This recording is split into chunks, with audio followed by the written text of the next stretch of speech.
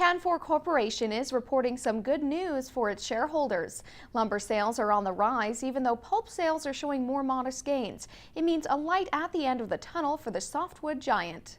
Canfor is reporting an operating income of $100 million for the first quarter of this year.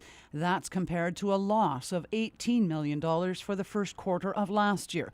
Much of the turnaround has to do with Asia. Certainly a large part of it continues to be China, as it has been for the last probably 4 or 5 years. It's had significant impact, of course, on the overall market. But I guess what we're encouraged by and what we're also seeing at the same time is an improvement in the U.S. market as well.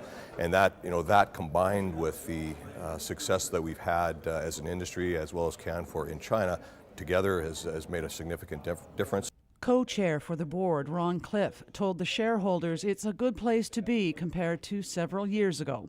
I think it was about 3 years ago. I think it was the first meeting I chaired. I said that the business is not very good. People talk about seeing the light at the end of the tunnel.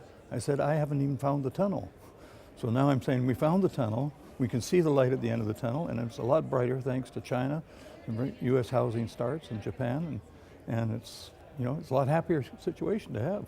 Cliff says some of the growth in the U.S. housing market is also part of the bigger picture, but that market is fickle at best. Right now, the housing starts are doing very well. I noticed that in Phoenix, prices for homes are up 43% from the down part, and that's what 1.5 million homes is not out of the question.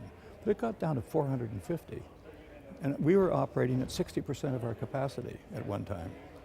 I mean, we cut out second, third shifts, we closed mills. Don Kane says the company recently bought operations in the Kootenays, where the timber is less compromised by the mountain pine beetle.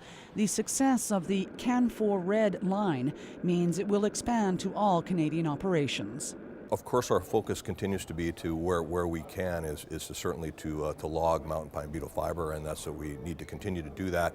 There's definitely opportunities though to also complement some of that mountain pine beetle fiber with some fiber that hasn't been so damaged or damaged at all perhaps from the mountain pine beetle. So we're seeing some of that. Definitely, it's available. Canfor Pulp is also reporting gains of $19 million for the first quarter of this year, up from $11.5 million for the same period last year. Cheryl Jan, CKPG News.